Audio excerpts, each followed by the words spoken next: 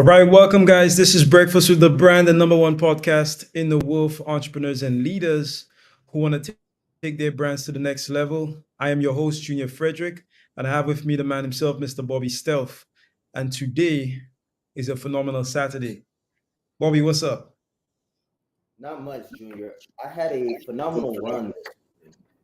Now, when I'm working out, I normally train, but I also normally listen to certain types of music, like aggressive music, not like aggressive, profane music, but aggressive beat music. Like it's aggressive, strong. And today I was running and I didn't feel like running. I didn't feel like running today. I also didn't feel like doing the push-ups that I did before the run. And when I was on the run, I got into like beast mode. Like I was running and I was thinking about my life. Like I was thinking about the last month. And I was like, whew, this was a rough one. And then I was thinking about all the reasons why I could have laid in bed, but I got up. And the reason I'm sharing this with the audience today is because you're going for a reason. Like, who else on the planet would still be going after everything you've been through? All the ups, the downs, the trials, the tribulation. It's Saturday. Who else would be up at 8 a.m. on a Saturday? One of your only 2 days off, usually, and you're here. You're here. So I just wanted to open up with I'm feeling unstoppable. I'm feeling colossal. I remember a coach telling me, and I'm about to turn it to you, Junior. He said, I stopped going through storms years ago. I said, what do you mean you stopped going through storms? We're all going through a storm. He said, yeah, you can go through the storm or you can become the storm. He said, storms go through me because I'm the storm. And he just goes through destroying himself so that nothing around him can destroy or disturb him to the degree that a storm would disturb someone else. So I just thought that was really powerful. So that's how I'm feeling, Junior. Colossal, unstoppable, stormy, inward pressure. Nice. I love the analogy you gave of the storm. It sort of brings back childhood memories for me. Um, we in the Caribbean we have two seasons. We have the rainy season, we have the dry season. So either we have nice weather or it's raining. And sometimes we have a lot of hurricanes. Like we have hurricanes every single year, and we have storms every single year. So a storm is on my part of the world, a storm is sort of just part of life. So we go through storms every single year. And storms storms make me very, I would say, reminiscent, if that makes sense. A storm is really interesting because most of the times, the power is out, you can't really do much, you're forced to take a break because you have no electricity, and it really gives you time to think. So that sort of brought back memories for me, especially for me because so the area where I live, Bobby, where I grew up right next to the ocean. I grew up actually in a very unique area. I grew up in the place where the river, there was a river, the river converged with the sea. So I used to have 1 foot in the ocean and 1 foot in the river, literally It's incredible. stepping in between two worlds, literally, right? Like quite literally stepping in between two worlds. And it's very interesting. Like as you go through life and as you start to see things from a different perspective, it shows you the importance of weathering storms. The way you weather a storm is by relaxing, by preparing, and sometimes just observing.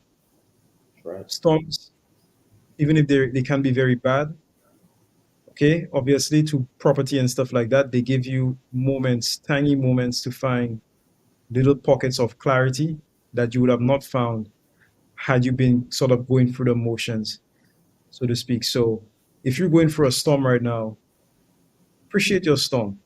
If it's an internal storm, it might be a unique opportunity to find some clarity that you would have not found had you been sort of going through the motions. I feel very unstoppable as well. I sort of feel like that's sort of like my not natural state, but that's sort of like how I feel nowadays. I feel like Neo in the Matrix. What is a term for that? Put it in the chat. If you feel like Neo in the Matrix, sort of figuring this whole thing out, what would you call that? I'm not sure what word I would put on that, but that's just sort of how I feel to give you sort of like this visual representation. We're figuring out the matrix of business. We're figuring out the matrix of life. We're figuring out the matrix of family. We're figuring out the matrix of health. It's a very interesting ride. Very Hmm. interesting ride, I'll say that. Yeah, and this ties perfectly into today's topic because one, you have to be unstoppable. Two, you have to be resilient.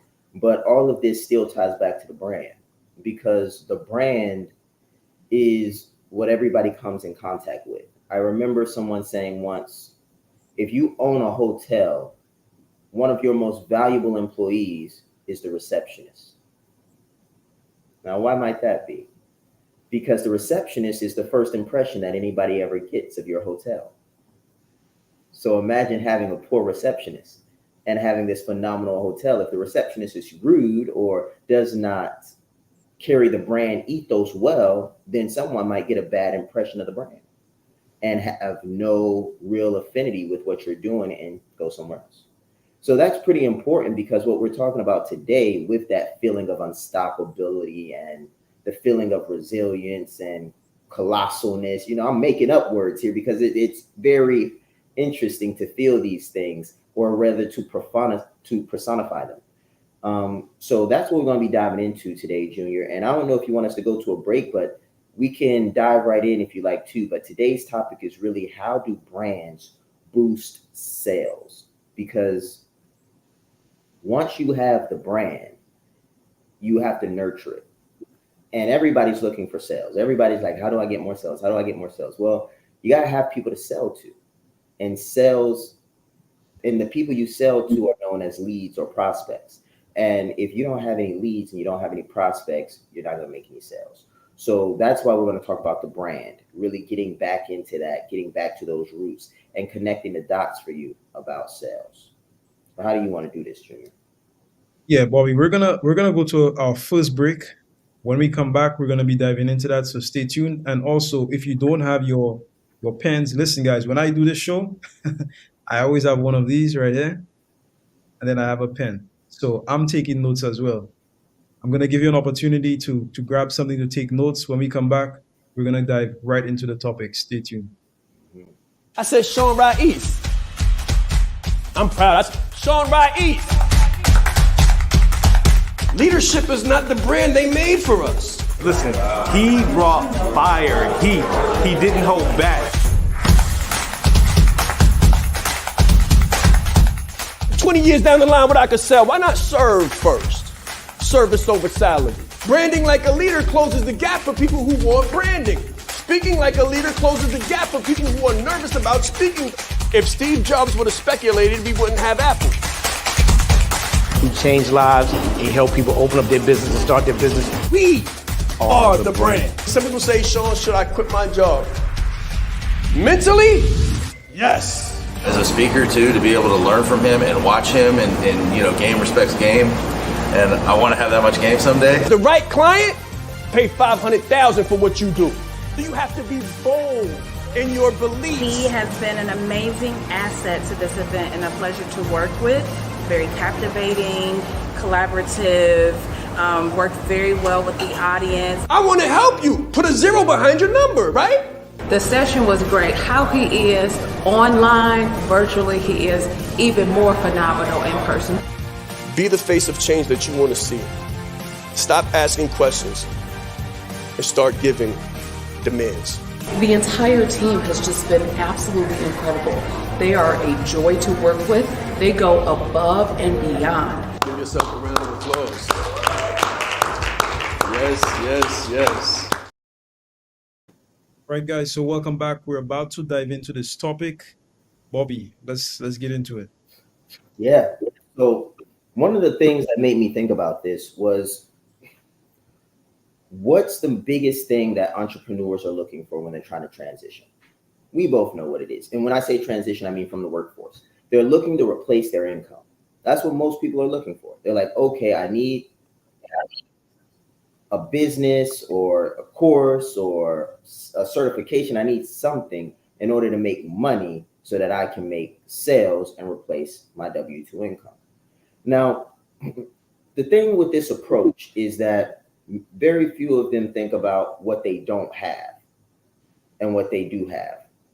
So what they don't have is, say, money or a LLC or lawyers or copyrights and all these different things. They don't have those things.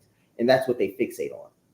What they should be fixating on, in my opinion, is what they do have, which is experience, education, expertise, a story, a past. And in many instances, what we see with young entrepreneurs is that they dive head first, spending all of their money trying to acquire the things that they think they need that they don't have, instead of optimizing what they do have and leveraging what they have to generate income. And that's one of the biggest mistakes that I see. And that's what I want us to dive into. Is I want to, one, remind you all, you are the brand. We don't say it as much, but we'll start saying it some more, right? You are the brand. Brand you, not what you do. And what this simply means is that if you're trying to build your business and you don't have sales, ask yourself this simple question: why not? And the question that I have for you, Junior, is when you didn't have sales and you were new to the brand, like new to branding, you were new to business, you were putting your last HVAC up and you said enough is enough. Like at that stage, did you have an LLC? Did you have tons of money to invest? Did you have a lot of connections? And if you didn't, like if let's say you didn't have those things, what did you have?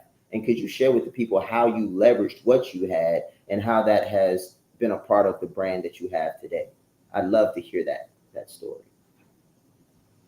Yeah. So I mean, I didn't have any of those things. Number one, I had no, I had no LLC. I had no money. I had literally no money. I had no money. And let me give you some context. Where I come from, your currency, Bobby, is I think 2.7, like so $1 is like 2.7, like $2.70 in my country. So I promise you, whatever money I had, you guys probably had like twice, almost three times the money I had. So Yeah. I had no LLC, I had no money, I had no experience, I had no coach, I had none of that. Literally, well, when I tell my story and I say all I had was like literally like I had a blank sheet of paper, a pen, and connection to the internet. That's literally what I had. I kid you not. I had no money. All I had was literally something like this, so I can write on. I had a computer, like a laptop, and a phone, and that's it. That's it. That's what I had. So what I had to leverage in the absence of resources, you have to be resourceful. So I taught myself. I was self-taught because I didn't have no money for no courses, nothing like that. I taught myself how to write copy, and eventually, when the opportunity came, I was able to invest. So here's my first investment, Bobby. You ready? My first investment was $7 a month.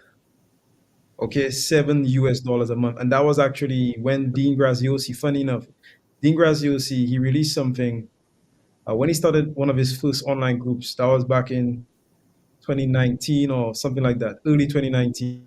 It was like $7 a month. The whole thing was like it was less than the price of a cup of coffee. That was like his hook. So I said, okay, well, let me see what this is about. So I joined it and I started learning to write copy. So I used to go to YouTube. I used to read books, learn how to write copy, and I taught myself. And then I started working for free. So I said, okay, well, I've learned this skill. I didn't know if I was good or not because I didn't have any clients. So I'm like, okay, well, let me get some clients. How do I get some clients? What do I charge? I don't know what to charge. So I say, you know what, let me just start working. Let me just see if I'm actually good at this thing. And then I can charge. So I started working for free. I worked with several people. Then once I felt like, okay, I actually know what I'm doing, I said, okay, well, let me see if I can make some money from this. And Bobby, my first sale. The first sale, I was so terrible. I was so bad at sales. I know nothing. I didn't even know the concept of sales. My first sale, the client just gave me the money. I didn't even ask them for money. I didn't even present the sale. Really? They were like, "Pay me for this." I said, yeah, you can pay me for this. Bro, I didn't know how to accept money online. I kid you not. Mm. So they said, do you have PayPal? I said, okay, PayPal. I Google PayPal, set up an account. And I said, yeah, they say, how much money you want for this? I said, I don't know. I said, just give me $100. Literally. So they sent me $100.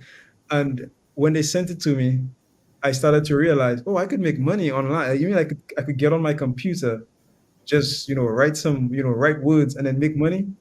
Yeah. I'm in. I was sold. I'm like, I'm in. I was sold. So when you ask me what I had, I'd say what I had was more, I had characteristics of success. I didn't have the tools of success, the physical tools. I had the mental tools, meaning that I was able to take action. I was disciplined enough to learn a skill, disciplined enough to teach myself because I have no accountability partner, nothing like that, no coach. So I was disciplined enough to teach myself. I was disciplined enough and resilient enough to stick with it for several months until I became good at it. Because most people, they try stuff, they fail, and then they give up. And then I was humble enough to say, okay, let me work for free. Let me see if I'm actually good at this. And I was coachable, or I guess open enough to learn new skills, learn new things. And I Hmm. was patient enough to wait until the process, or until the hard work, started paying off. So those were the things that I had: resourcefulness, patience, discipline, a vision, Hmm. humility, coachability. Because it's so funny, Bobby, because actually this month, Dean and Tony just released the next mastermind program. They just released the iteration of the original mastermind. I think they call it the Knowledge Brokers Blueprint. That was released literally last week, and I was on that program, and it's amazing to see after 4 years. So Yeah. when I originally signed up, it was 4 years ago, and to see the growth that I've made today, like from 4 years ago, is absolutely crazy. Absolutely crazy. So of course, I did participate. I jumped in just to see what the program was like, um, just to see, how they themselves had grown. So it was absolutely amazing. So from that experience, Bobby, I actually worked with Dean's team for some time Yeah. in copyright, doing the same skill I taught myself. Super. So it's just being open. I think another thing that I had was actually just being um, adventurous, Hmm. so to speak. I never said no to an opportunity. No opportunity. I said yes to every opportunity. Once a guy asked me if I could do something, I didn't know how to do it. I said, of course, yeah. I learned it in a night and I did it the next day. That's right. I said no. I never said no to an opportunity, and I did it with excellence too. So you just have to be willing to put in the work that it takes to literally get what you want. And if you have those skills, even if you're starting with no money, you can still get to where you want to go. The important thing though, whatever amount of money you have, like people tell me all the time, I want to do this, I want to do that. Now is not the right time. Oh, I don't have enough money. Listen, when you're at rock bottom, there's only one place to go, and that's up. I had at the time, and check this out.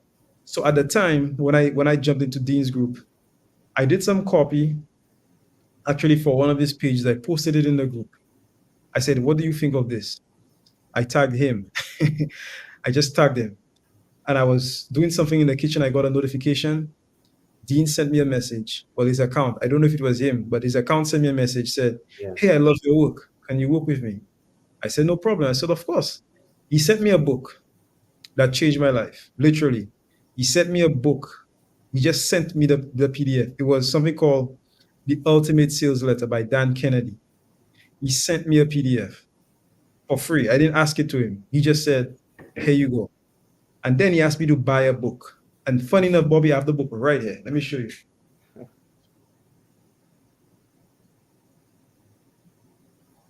This is the book. He asked me to buy the book. It's called Scientific Advertising by Claude Hopkins. At the time, the book costed maybe like 20 US dollars. I think I had like 47 US dollars on my account. I bought the book. Okay. So I already invested seven, I invested 20. So now I'm down to like $10. I kid you not. But here's the point. The point is, I was willing to invest whatever I had to get to where I wanted to get to. So if you're in a spot where you're not making an investment, even as small as it is, it could be $10, it could be $100, it could be $500, it could be $1,000. You have to be able to pay or be willing to spend whatever you have to get to where you want to go. That's the point. That's right. I don't care if I had zero. I know where I was going. It could have been $5 out on the account, Bobby. I would have bought the book.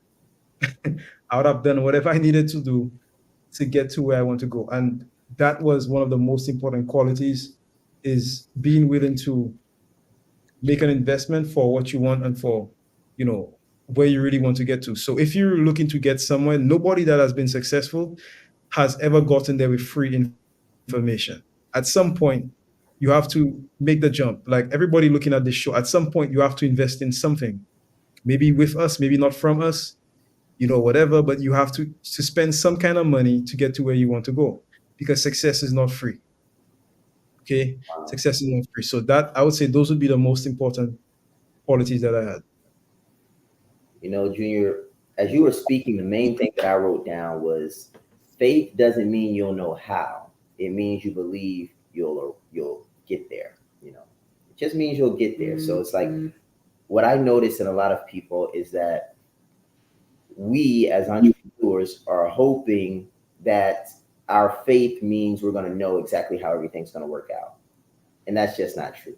Our faith says, I'm going to buy this book.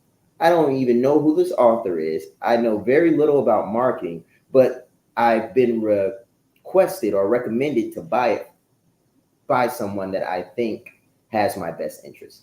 There's so many variables. This person could have told you to buy a book about dogs and you probably would have bought it.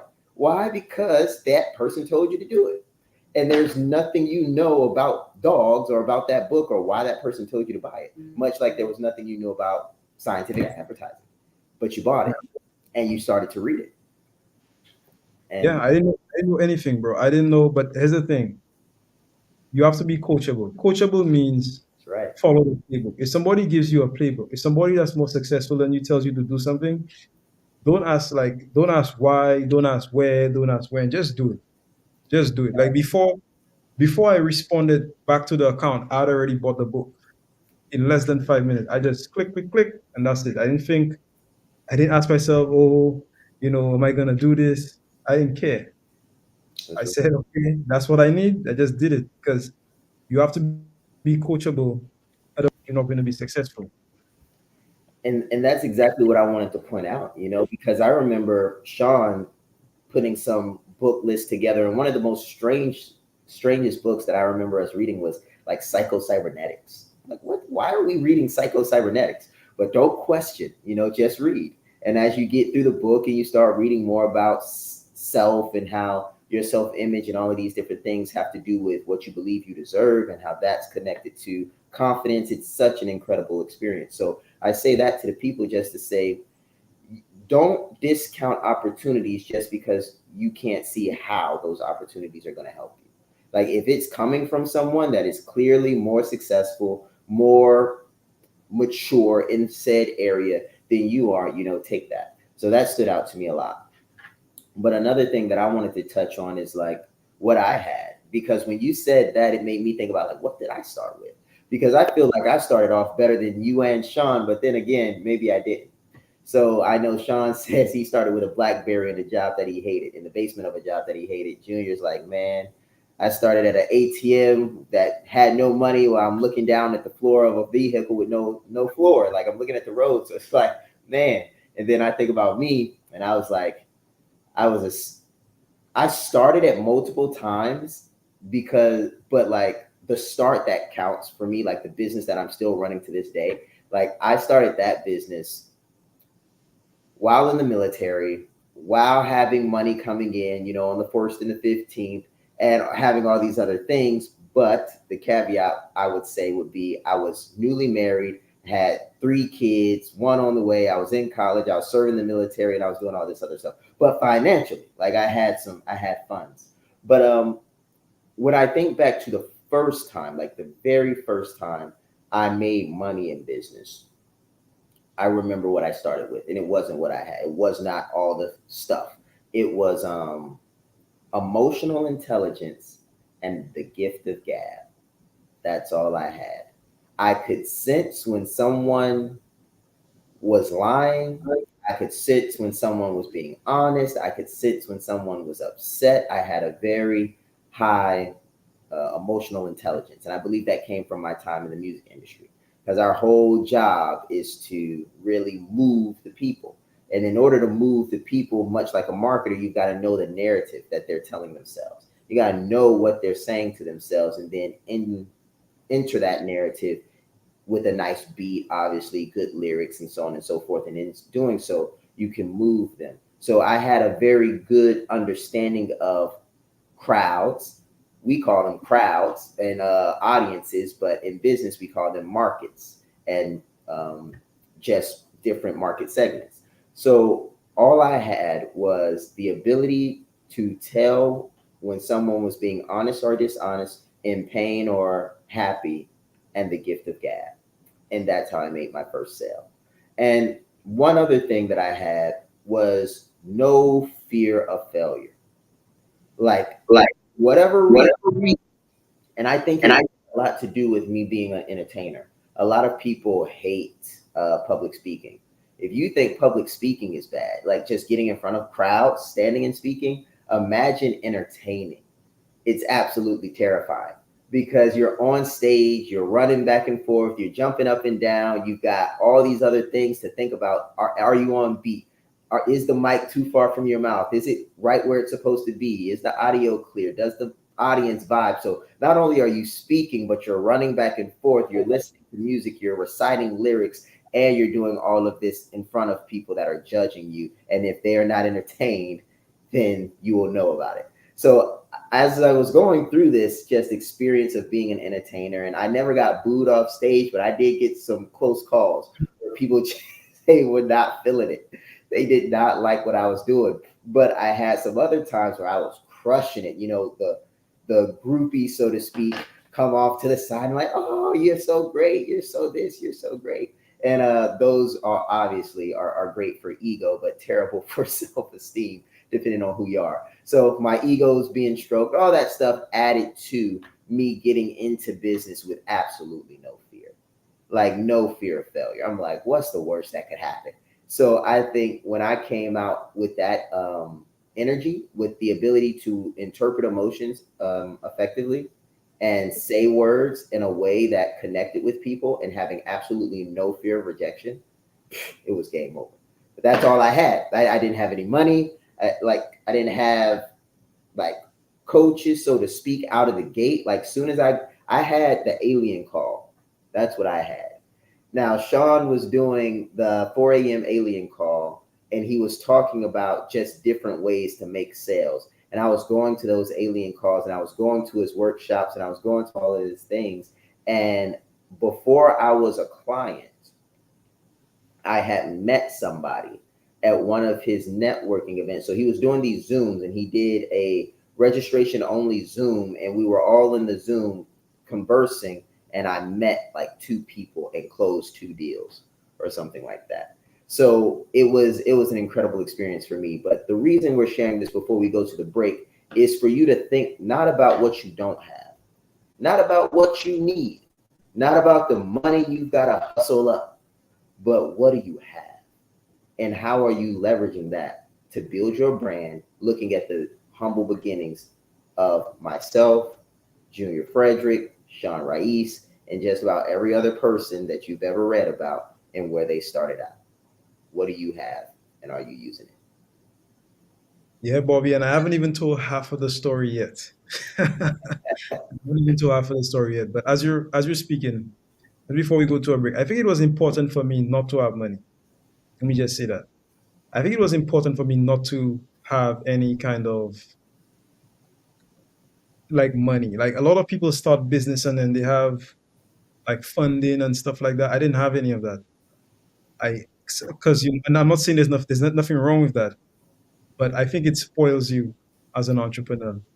For real, I think it does because to me, like when I have people going to the bank and taking loans and stuff like that to start a business, if you've already been in business, that sounds good to me. But if you've never run a business, Bobby, I don't believe in that. I don't believe in that because it spoils you. In my opinion, if you don't know how to generate a sale to fund your business, you don't have no business borrowing money because you're not going to be able to pay back that money. That's right. Yo, if you don't like now, I could probably go to the bank and take money because then I know I could generate sales to pay it back. But in the beginning, like giving somebody money that's like giving a 12-year-old a vehicle. That's like crazy. That's like giving a 12-year-old the keys to your vehicle. Giving an entrepreneur that's never done a sale money. Because the thing is, if they don't know how to independently, like if you have a business, your business should be able to independently generate money. That's the point of the business. If you have not figured out how to generate money, you have no business going and borrow money because you're not going to know how to generate the money back. You have to pay the money back. If it's a grant, okay. But if it's a loan, that's a problem. So I think for me, it was very important to suffer, so to speak, to suffer and learn how to sell and learn how to speak and learn how to market and all that because now I don't need to borrow money unless it's for expansion and stuff like that. But and that's just my 2 cents. You might have a different take on it, Bobby. But if you give somebody that has no business experience and they're starting off and money's coming in from a bank or something like that, bro, they're gonna burn all that money. I guarantee you. They literally run for that money in a few months. But anyways, guys, we're gonna go to a quick break. When we come back, more on the topic. Stay tuned.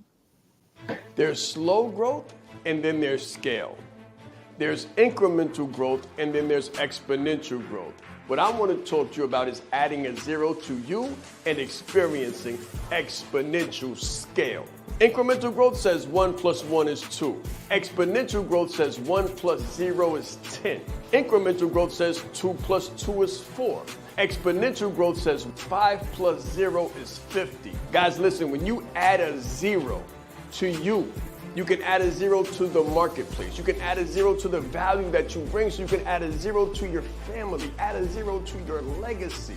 This is what we're talking about. We're not talking about incremental, we're talking about exponential. I always say that business is a spiritual game. Just imagine when you combine your skills, your values, your abilities, your talents to something bigger than you, something greater than you, something like the power of exponential. That is adding a 0. Add a 0 to your competence, add a 0 to your confidence. This is about adding a 0 in your life, your value, your industry, and your mission. Let's grow. So when you're young, mommy tells you to play nice. Play nice, Timmy. Let all of the other kids play too. But in business, it's not about playing nice. In business, it's about winning. It's about adding multiple zeros to your revenue. Now, of course, your staff wins. And when you win, other people win. However, when it comes to competition, you absolutely must dominate. You can't play for participation, and you can't play just to get along or just to get by, because business is serious.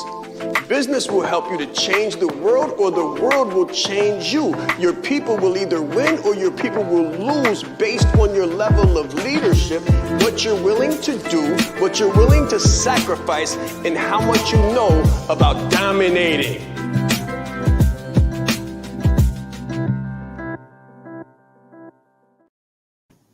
All right, guys, welcome back to the show. If you've learned something so far, go ahead and put some flames in the comments and also put it in the chat. Like, what has been your number one takeaway so far?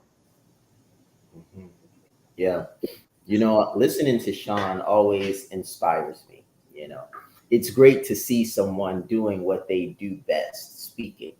And I just wanted to share that because sometimes, guys, we can feel like it's very far, like what we want to do, what we're born to do is so far off. But I remember Shaan sharing something with me once. He said, I'm not a speaker because I fly out and go to these different places to speak. He says, I'm a speaker because I speak. That was a bit profound for me because most of us say, I'm not a coach because I don't have a coaching business, because I'm not certified, because I'm not this, because I'm not that. We devalue our merit by calling ourselves what we're not. So, to be even more straightforward with that statement, we tell ourselves that we can't do something because we haven't done it the way everybody else did it. And I remember Shaan saying, I'm on YouTube speaking, I'm on Zoom speaking, I fly out speaking. They put the planes down during COVID-19, but I'm a speaker, so I'll speak. And I'm sharing this with you guys because if you're a coach, who are you coaching right now? Who are you helping right now? If you are a consultant, consult. Who is depending on you for advice right now? Who are you assisting right now? And it goes on. If you're a speaker, how often are you going live? If you are an accountant, how many accounts are you managing? There's many ways to do what you do. And the more you do what it is you do, the better you're going to get. So I was just inspired, just watching Shaan speak and just talk about what he's doing. And then to think back to a time where he couldn't do it in the capacity that he desired. He did it in the capacity that was required. He desired to fly. He loves being in the air. But what was required was going live on Facebook, giving the people free value. And that's what a speaker does, is they help the people through speech and communication. So I just wanted to inspire you guys, do what you do, no matter if you're not able to do it to the degree that you want to do it. The more you do it, the better you'll get and your time will come. But we also wanted to talk about prices today and how you can increase prices and optimize sales. So the brand is not just designed to attract leads and customers. It is like that's one of its chief jobs, right? But it also has the responsibility of positioning. So based on how the brand is developed and then positioned in the marketplace determines two things. One, how the value is perceived. So if you're a bottom basement, like meaning you're just selling all of your stuff, top ticket stuff at 60% discount, like people are probably going to be like, oh, that's bargain basement. Why is he selling it for so little? And then you've got people that are doing premium, super premium, ultra premium, right? Now, or premium, ultra premium, luxury. I believe that's how it goes. Now, in that sense, that's all positioning. So if you're positioned in the marketplace and your ideal client looks at your business and they say, wow, it's a beautiful website. Oh my goodness. Like, wow, is that a beach? Are they on the beach? That's positioning, because the perceived value of what you're offering just went from here, maybe what they were expecting, to here. Like, have you ever been looking for something? I had a discovery call with a lady, and she came on the call with expectations. Now, I'm not going to say her expectations were low, but I'm going to say when I was finished giving her this presentation, she disqualified herself. She said, this is too much value. Like, I was like, be ready for the level of value that you're offering. And I mean, when they disqualify themselves, that's great. Don't waste your time. Doesn't mean that they're bad people. It means that you have something powerful and they're not ready, or at least they don't believe they're ready to take that next step. And I share that with you guys because what was so interesting to me was that we were having a conversation, and the way we were positioned, the way the offers were positioned, the way the website was positioned. Once I got finished telling her everything that I told her, and then I said the price, she didn't blink. She didn't say it was outrageous. She didn't say it was a lot. She said, this was more than I expected. Your presentation is flawless. and I appreciate your time, but this is beyond me. And I said to myself, interesting. Now, I'm not going to tell you guys how that call finished. It didn't finish badly, but we continued the conversation. He wants me to follow up with her and everything like that. But the moral of that story was simply your positioning has to justify or should justify your price. If your positioning and your pricing aren't marrying up, I would say commensurate, but another word for that is symmetrical. You know, like if they're not the same, if they're equally yoked, people don't pay. If you have a $5 website and a $50,000 product, like who's paying for that? So the brand also has to be properly positioned in order for you to increase the prices.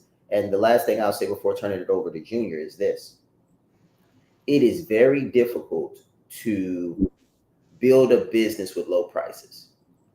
And it's not impossible. It's just difficult.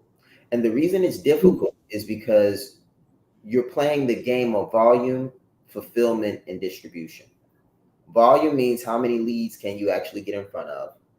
Fulfillment is, can you actually fulfill the amount of leads or the amount of sales successfully and maintain satisfaction. And then distribution is, can you afford the infrastructure to distribute this stuff? So you got volume, distribution, and fulfillment. And that's the game that many people play when they're doing low prices. And when you don't have a lot of capital or business experience, that's a very difficult road to take. The easier road, and when I say easy, I mean easier of the two. It's not easy in general, but the easier of the two is high ticket, finding 5 to 10 qualified leads that can pay for your mid-tier or premium product, and using the capital of that to scale and grow the business. So what are some of your thoughts on this, Junior? Brand positioning, pricing, and the various ways to really get a business going. Yeah, so when we talk about branding and when we talk about positioning, what we're really talking about is association. So a brand is basically a bundle of association, very similar to a bouquet of flowers. So when you build a brand, you are associating maybe a logo, your name, a company with certain quality traits and certain things that you want people to think about when they think about you. So if you're looking for luxury positioning, very simple. Well, not well, I shouldn't say simple, but what you need to do is start to build associations so that when people think about you, they think about luxury. So that's why when you have a phenomenal website that looks like you spent a lot of money on it, people associate that with luxury because they see that the money has been spent. So it anchors a certain price in their minds. Now, when you look at luxury, Bobby, you have to understand why people buy luxury. And I'm gonna ask the audience, why do you think people buy luxury? Put it in the chat. So if you buy, let's say something like so Bugatti, for example, Bugatti just released a new vehicle over the weekend. It's a follow-up from it's a follow-up from the Bugatti Chiron. It's called the Tourbillon. That's what it's called. It costs 5 point something million dollars, like 5.4 of maybe like $6 million. Why do I need that? Why do billionaires go to to show off their yacht? Where it's like my yacht is bigger than yours. You know, the point. Why do you need a $300 million yacht? Do you need a 300? Does anybody need a $300 million yacht? So what are people really buying? That's what you have to understand before you can begin to sell luxury. And Dr. Michelle got it. I'm gonna put it up. Dr. Michelle said status. It's all about status. So there's something called Maslow's hierarchy of needs. So right up there, I think maybe almost to the top, you have esteem. So esteem is things like status, recognition, and things of that sort. Like you want to be known as the man or the guy or the woman. Okay. So you want to be known as the influencer, the leader, the person who is above the rest. You want to be the one. If we were back in like 1800s, you want to be the one that's on the top of that castle, you know that castle thing, Bobby, and sort of looking down on the on everybody else. You want to be that person of this. So that's why you buy luxurious stuff because nobody needs like a Birkin bag. Who really needs a Birkin bag? Nobody needs a Birkin bag. Nobody needs a bag for 30,000, 40,000, whatever. I don't even know how much it costs. It costs a lot of money. Nobody needs that. But what people need is status. So if you're looking to sell luxury, my question to you and something you need to think about is how can you incorporate status in your messaging? So we're getting into my lane here, copywriting, because this is actually literally what I do. If you wanted to incorporate status or luxury, you would have to find a way to incorporate status into your brand messaging to be able to sell luxury. So you talk to a specific person, but you talk to them in a specific way. So there are very specific triggers. You have to find out like how people want to be perceived and how can you present that to them in a way that moves them to take action. So for example, if I'm writing copy for a sales page or something, and I'm talking to, let's say, a woman who's looking for status and recognition in the industry, the beginning line might say something like, are you ready to become the visionary that you know you always, the visionary that you know that you could be? Are you ready to become an industry leader? Something so simple. But if she's looking for status, self esteem, recognition, then that message sort of appeals to them. So, why do people buy Apple?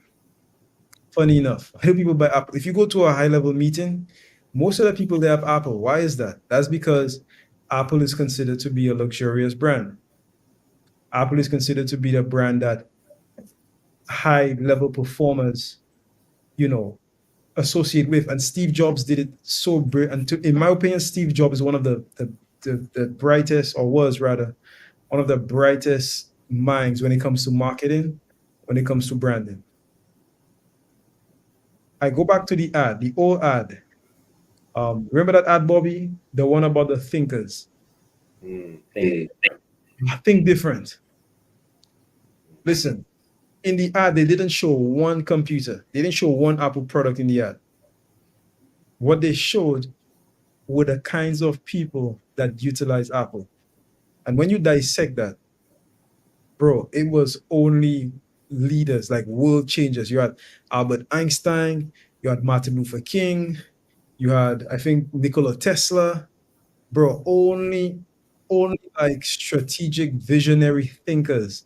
And the branding there was if you're a visionary thinker, you need to be using an Apple. And the messaging said, most of the people that you see here are gone, but we know that if they were alive today, they would use Apple.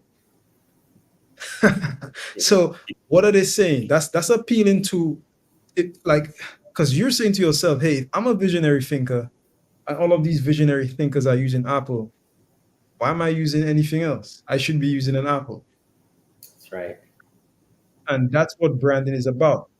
So if you want to build a luxurious $1 billion brand like we're talking about here, the question is, how can you, in your message, sort of infuse indicators of status, indicators of wealth, indicators of creativity, indicators of luxury, so indicators of a good family life, indicators of good health, indicators of wealth, indicators of happiness. How can you infuse that in your, not just your marketing, but also your advertising? Advertising is what people see. So the actual media meaning the photography and the videography. How can you put that in there to give people the indication or the realization that that's what you're about? So that's why the website works. Okay, that's why the luxurious website works. That's why the change your attire to match your desire. That's why it works, because it creates an association in the mind of your audience that lets them know, hey, if I'm gonna be working with this guy or this girl, I'm gonna be paying some money. They're associated with money.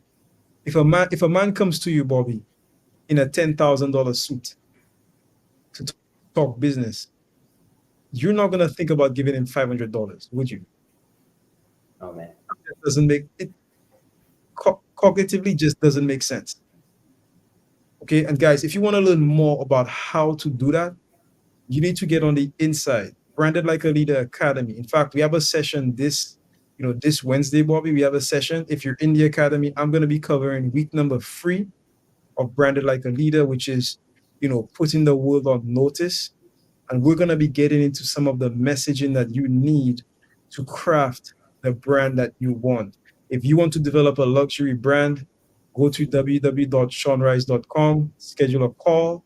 And then this Wednesday, I'm going to be talking about how to create that luxurious messaging that you can use to build that $1 billion luxury brand.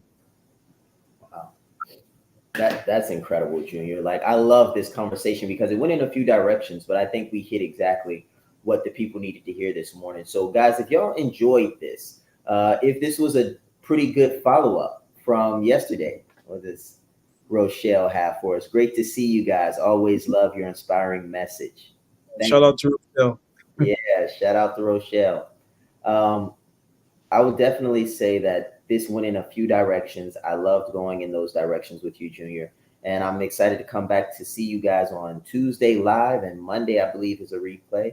But yeah, we'll see you guys next week. Thinking any last words for me. Sabbaticals. I'm bringing it back up, guys. I'm still not off that. I'm taking my sabbatical soon. I told myself I was going to take it yesterday and then go to bed to like 11, like 12 o'clock or something like that. But I'm taking it, okay? And I want to encourage all of you all to do the same. Like, prioritize your rest and take it. Take it. All right, guys. So this has been another episode of Breakfast with a Brand. Have a phenomenal weekend. We will be back next week. If you need anything at all, you could send me a message on any platform. I won't say easy to get to, but I'm easy to message. I'll get to your message as soon as I can. I promise I don't leave any message unanswered. Also, you could send Bobby a message as well. And if you're interested in learning more about any program, you could just go to www.shawnrice.com.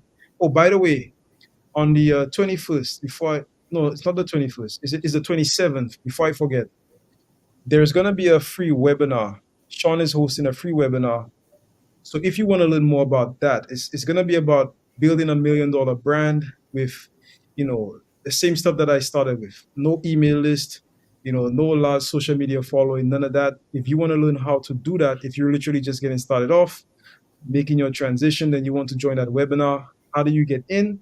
You can literally just go to our page. There should be a link, or you could just go to www.shawnrice.com, sign up for the newsletter, sign up for anything, any lead magnet, anything that's on there, just sign up for it and you will get added to the list and get notifications for that. So that's going to be, I believe, next Friday, the 27th, if I'm not mistaken.